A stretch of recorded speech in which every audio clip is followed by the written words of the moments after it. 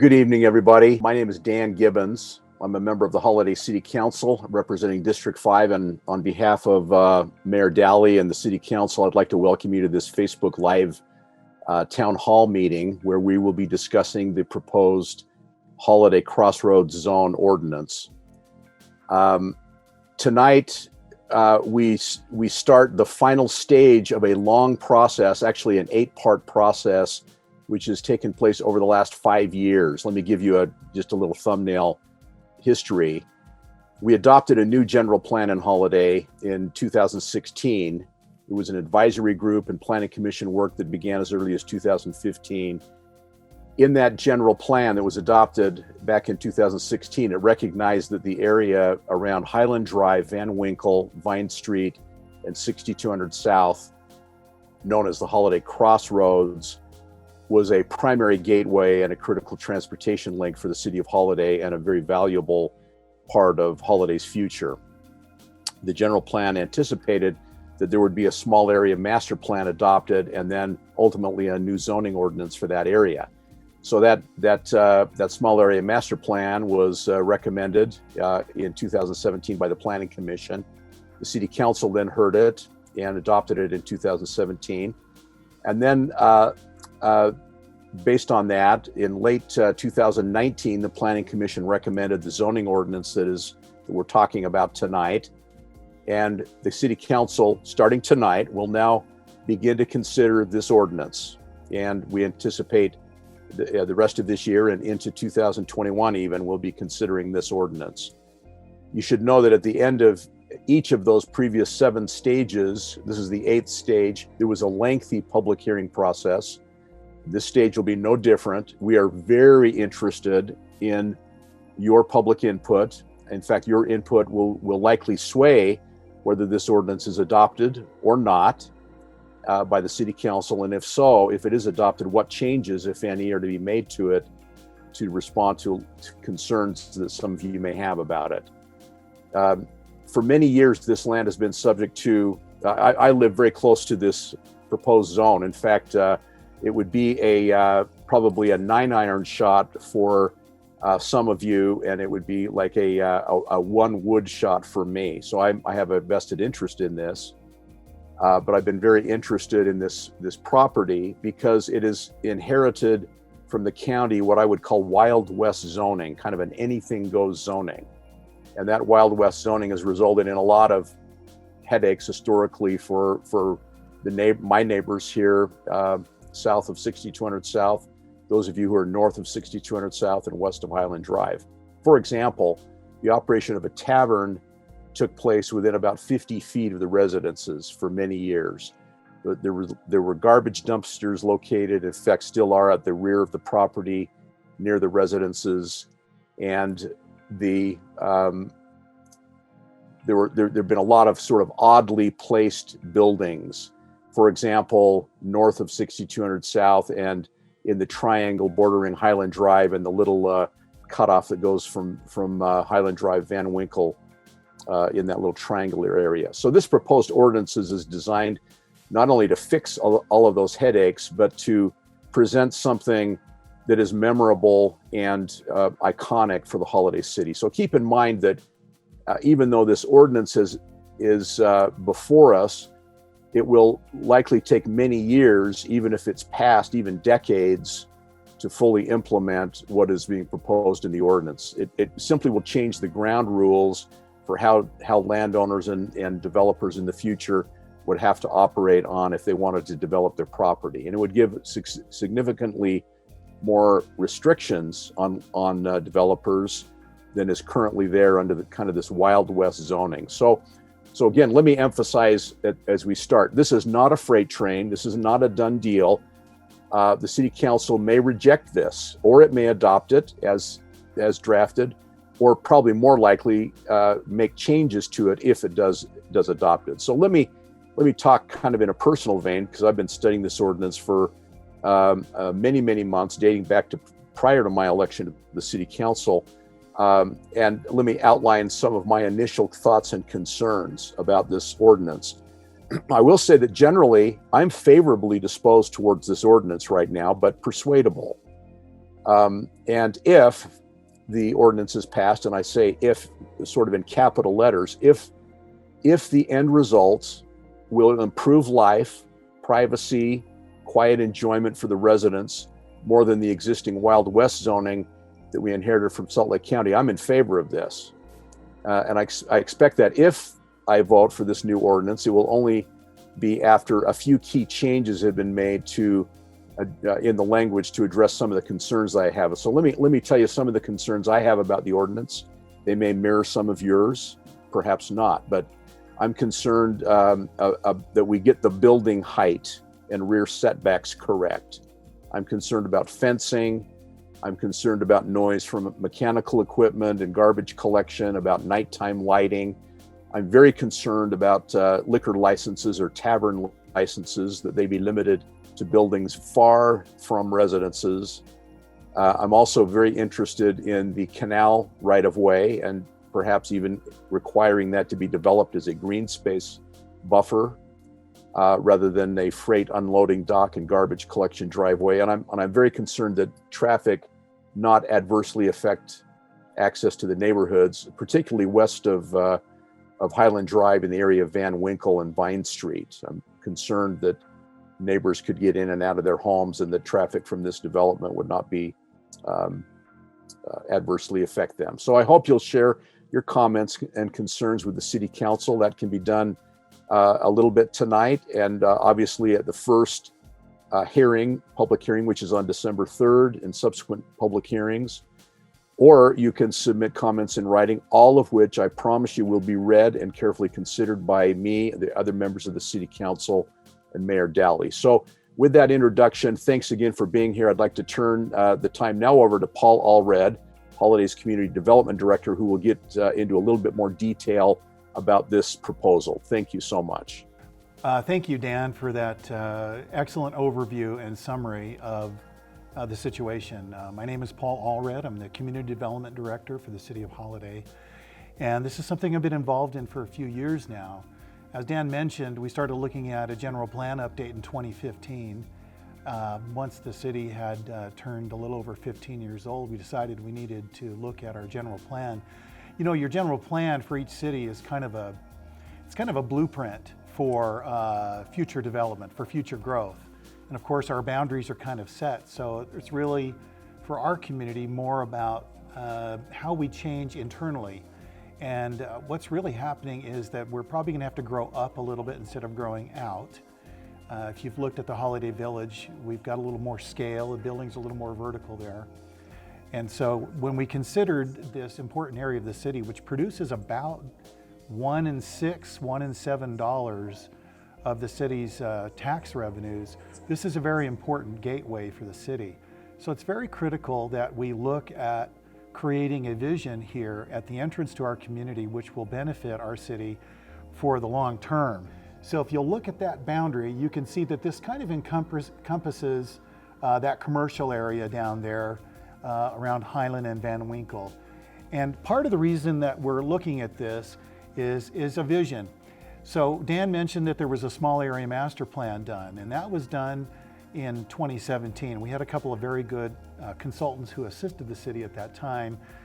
Dr. Joe Perrin, who is probably the premier traffic engineer in our area, and then Bruce Parker, who is a professor up at the U and a distinguished planner here in the state. So we had people with an outside fresh objective who met with the city and met with the staff and the public, and we developed an idea of how we could make this gateway area more of a long-term outstanding gateway for our community and to preserve the economic value of it.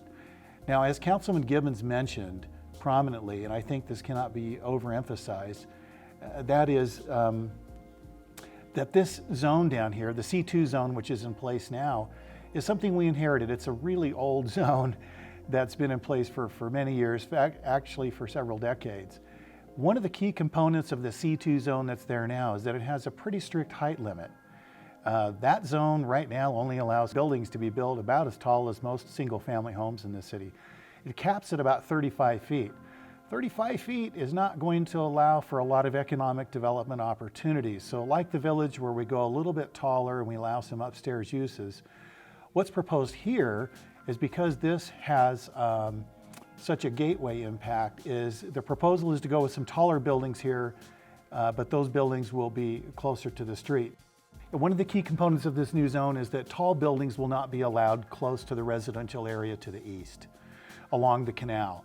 And so, again, one of the most important things that we heard in our public process from the residents is we don't want really tall buildings back by our homes. And so this area that's highlighted in red that you can see with the red coloring, that's a 200-foot buffer against the residential area. And that really prohibits tall buildings from being in that area. So nothing in that area can be taller than the height of the homes in that district or the allowance for that zone. So in this case, all those homes to the east are allowed at 32 feet tall, even though most of them aren't that tall. If they were to rebuild, they could. So we want to match kind of the height regulations and make them compatible with what's next door. A good thing that's going on here is that we have the canal as a strong buffer between the commercial area and the residences. Now, another key component of this zone is that it's a mixed use zone. Basically, that means buildings can have commercial and residential uses in the same building. So what that means is we may have stories, 3 or 4 story buildings, perhaps even taller along Highland Drive and 6200. So if you look at the blue map, or the aerial photo that has the blue highlighting on it, that shows where buildings can be taller. And we only want to have buildings where you see the areas highlighted in blue. That's where tall buildings can be against Highland Drive and 6200.